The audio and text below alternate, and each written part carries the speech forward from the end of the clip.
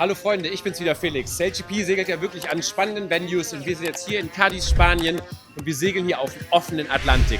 Kein See, kein geschützter Hafen und ich will jetzt rausfinden, was sind die Challenges und ich habe ein paar interessante Interviewgäste für euch heute. What does it mean for you as a driver, Eric? What's your mindset? We have a little more swell if we fly the boat, or if I fly the boat at times. I have to roll up and down quite a lot to not shoot out of the water. Conditions change quick, usually, but also if we have sea breeze, then we have pretty stable conditions. In a high pressure system, we are actually in a stable surrounding, and then it's about speed. Talking about swell, who do you guys of you three think is the most important role now on the boat with sailing in swells?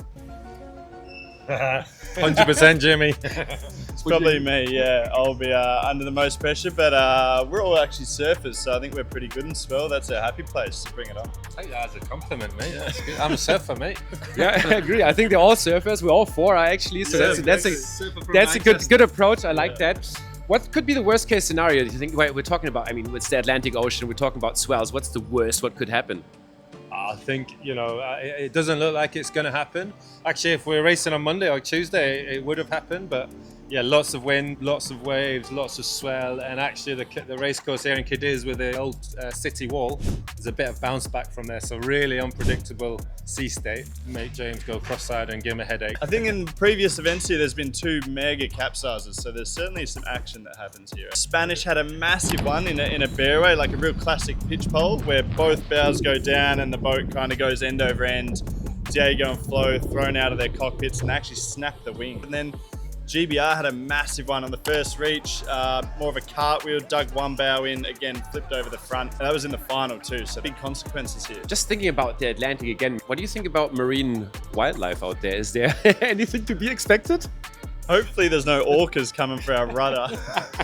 Yeah, we're so close to Gibraltar, right? Yeah, there's some angry orcas off the coast here. I mean, usually the marine life doesn't really like the noise of our foils and they stay away, but we sail in the ocean, it's a wild venue, so who knows, it's not Lake Geneva, that's for sure. Das war jetzt schon mal ein ganz interessantes Gespräch mit den 3 Hauptcharakteren hier über the Open Ocean Sailing und ich gehe jetzt mal los, vielleicht mit Safety zu reden. Was sind eigentlich die Sicherheitsaspekte, die jetzt betroffen sind? Und On-Water Operations, sprich alle Boote, die da draußen sind, müssen organisiert werden und koordiniert werden und jetzt gehen wir mal auf die Suche nach Antworten. Okay, wir nähern uns hier der Safety Zone. Gut zu erkennen, die Medical-Flagge.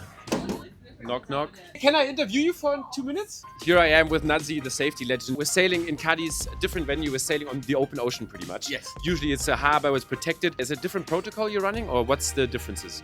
Not a massive amount of difference. The swell's a big one here. We're dealing with the Atlantic Ocean. These waves are coming from the States or as far away from the States. So it's pretty cool. It can get gnarly out there. Yeah, it can get really gnarly out there. What you don't see is actually the closest bit of land when you're out there is actually what's underneath you. And sometimes on our race course, it's actually very close to underneath you. So we've had to do a bit of due diligence at this event. There are a few isolated rocks and stuff like that, which we had to go and identify and mark out and just make sure it's safe for the sailors to yacht around at 100 kilometers an hour and not hit anything. Cut. I always remember we have these safety access points. I actually remember that from my chaseboat times when we always had a recce with you. Now with Cádiz, the geography, having that huge wall, is that a difference for you as well to have extraction points close to the race course? We always try and find an extraction point which is, first of all, is quick to get to from the race course. Secondly, it's got a place for an ambulance to sit all the time because the ambulance has to stay there all the time while the athletes are sailing. It's also got to be accessible and we make sure we can get a gurney or a stretcher up the gangway. And actually in Cádiz here, it's actually really easy. It's just a marina at the entrance to the harbour here. So it's like 2 minutes from the race course. It's less than 2 minutes from the tech site. It's super easy. Nice pontoon to come across. We don't need to scale any walls. So thank you very much, Naji. You're welcome. Appreciate it. See you out there. Buddy. I've got 2 flyers with 1 slap. Tiny is in there as well and I'm going to try and get him now. Tiny, do you have a minute? Ach, und übrigens, abonniert, liked und kommentiert unseren Kanal. Head of On-Water Operations, so he's in charge of all the boats out there. Also the spectator boats. Tiny, my question is, Cádiz is a slightly different venue. We're sailing actually on the open ocean here. It's not as protected as we usually know.